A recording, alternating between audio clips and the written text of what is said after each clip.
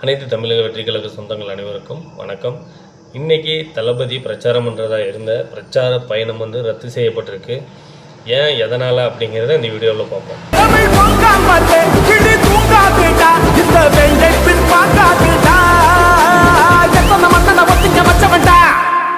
நான் தன்னந்தனியாளு நீ நம்ம பாரு கொஞ்சம் நவந்தானா இங்க எட்டு கோடி பேரு நரல போது ஸ்டேட் எங்க விசில் சத்தம் கேட்டு நல்லா பங்க பாட நீ விசில் கடி ஓட்ட.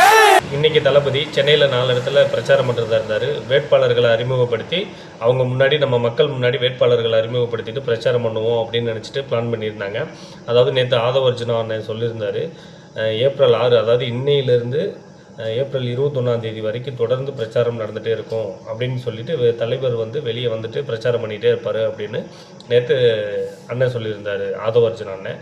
இன்றைக்கி அதே மாதிரி பிரச்சாரத்துக்கு அனுமதி கேட்டிருந்தாங்க. அனுமதி அவங்க நம்ம சைடில், அதாவது டிவிகே சைடில் என்ன கொடுத்துருக்காங்க அப்படின்னா, வில்லிவாக்கம் அண்ணா நகர் 2 இடத்துக்கும் 11 வில்லிவாக்கம் அண்ணா நகர் டைமிங் 11 to 1 இந்த டைமிங் தான் கேட்டிருக்கிறாங்க. அதுக்கப்புறம் விருகம்பாக்கத்துக்கும் டி நகருக்கும் 3 to 6 இந்த டைம் கேட்டு பர்மிஷன் எல்லாமே இது பண்ணி நீங்கள் கொடுங்க அப்படின்னு சொல்லிட்டு, போலீஸ் பாதுகாப்பு எல்லாமே கொடுங்க அப்படின்னு சொல்லிட்டு நம்ம தேர்தல் ஆணையத்துக்கிட்ட பர்மிஷன் கேட்டு லெட்டர் கொடுத்துருக்குறோம். அவங்க சைட்லேருந்து எப்படி பர்மிஷன் கொடுத்துருக்காங்க அப்படின்னா, நீங்கள் வெள்ளிவாக்கத்துலேருந்து அண்ணா நகருக்கு 1 ஹவரில் போயிடணும். உங்களுக்கு டைமிங்னு பார்த்துட்டிங்கன்னா நீங்கள் கேட்ட 11 to 1 நாங்கள் கொடுக்க முடியாது, 12 to 1 தான் உங்கள் டைமிங்கு. நாங்கள் கேட்ட டைமிங் எங்கே இருக்குது, நீங்கள் கேட்ட டைமிங் கொடுக்குறது எங்கே இருக்குது? 12 to 1 நீங்கள் பிரச்சாரத்தை முடிச்சிடணும்.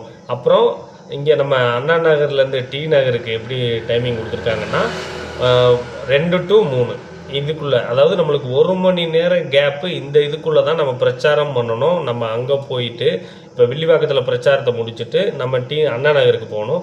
அண்ணா நகரத்தில் பிரச்சாரத்தை முடிச்சுட்டு விருகம்பாக்கம் வரணும். விருகம்பாக்கத்தில் பிரச்சாரத்தை முடிச்சுட்டு டி நகருக்கு வரணும். இந்த 1 மணி நேரம் கேப்புக்குள்ளே நம்ம எப்படி, நம்மளுக்கு கொடுத்ததே 2 மணி நேரம் கேப்பு தான். மொத்தமே 2 மணி நேரம் தான் பர்மிஷன் கொடுத்துருக்காங்க பிரச்சாரத்துக்கு. வேறு எந்த அரசியல் கட்சி தலைவருக்காவது, வேறு யாருக்காவது, டிஎம்கே ஏடிஎம்கே வேறு யாருக்காவது இந்த மாதிரி பர்மிஷன் கொடுக்குறாங்களா? நம்மளுக்கு மட்டும் ஏன் இந்த மாதிரி பர்மிஷன் கொடுக்குறாங்க? நீங்கள் சொல்கிற கண்டிஷன் எல்லாமே ஓகே தான், புரியுது. அதாவது உங்களை பார்க்குறதுக்கு கூட்டம் வருது, க்ரௌடு வருது, அவங்கள கட்டுப்படுத்த முடியல, அப்படி இப்படின்னு நீங்களும் சொல்கிறீங்க, அது புரியுது. இருந்தாலும் பாதுகாப்பு கொடுக்க வேண்டியது உங்களோட கடமை, நீங்கள் கொடுத்து தான் ஆகணும். ஏன்னா மக்கள் ஒரு தலைவன் வர்றான்னா அந்த தலைவனை பார்க்கறதுக்காண்டி அவன் கண்டிப்பாக முந்தி அடித்து வரத்தான் செய்வான். நாங்களாம் இப்போ எம்ஜிஆரை பார்த்ததில்ல, அதனால் இப்போ இருக்கிற வாழும் எம்ஜிஆரை நாங்கள் தலைவரை பார்க்குறோம். அப்போ என்ன பண்ணுவான், அவன் முன்னாடி தலைவர் எப்படியாவது பார்த்துடணும் அப்படின்னு நினச்சிட்டு தான் வருவான். புரியுதுங்களா? இதுக்கு நீங்கள் உரிய பாதுகாப்பு கொடுத்து தான் ஆகணும். நம்மளுக்கு இன்னும் தேர்தலுக்கு 20 நாள் கூட இல்லை. நம்ம எப்படி இந்த 234 தொகுதியை கவர் பண்ண போகிறோம், அண்ணன் எப்படி போய் பிரச்சாரம் பண்ண போகிறான்னு தெரியல. என்ன பண்ணுறதுன்னே தெரியாமல் இது பண்ணிட்டு இருக்காங்க. களங்கள் எல்லாமே நம்மளுக்கு சாதகமாக இருக்குது. இதை நம்ம ஃபீல்டு ஒர்க்கு இறங்கி நம்ம வேலை செய்யணும். வேலை செஞ்சால் மட்டும்தான் ஓட்டு நம்மளை தேடி வரும். நம்ம பாட்டுக்கு உட்காந்துட்டு விஜய் அண்ணன் இருக்காரு, அவருக்காண்டி ஓட்டு போட்டுருவாங்க அப்படின்னு நினச்சிட்டு தயவு செஞ்சு யாரும் இருக்காதீங்க.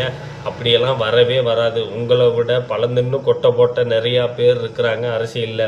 அதனால் நீங்கள் விஜய் அண்ணன் வந்துடுவார், அவர் முகத்துக்காண்டி நம்மளுக்கு விசில் சின்னத்தில் ஓட்டு போடுவாங்கன்னு நினச்சி தயவு செஞ்சு இருந்துடாதீங்க.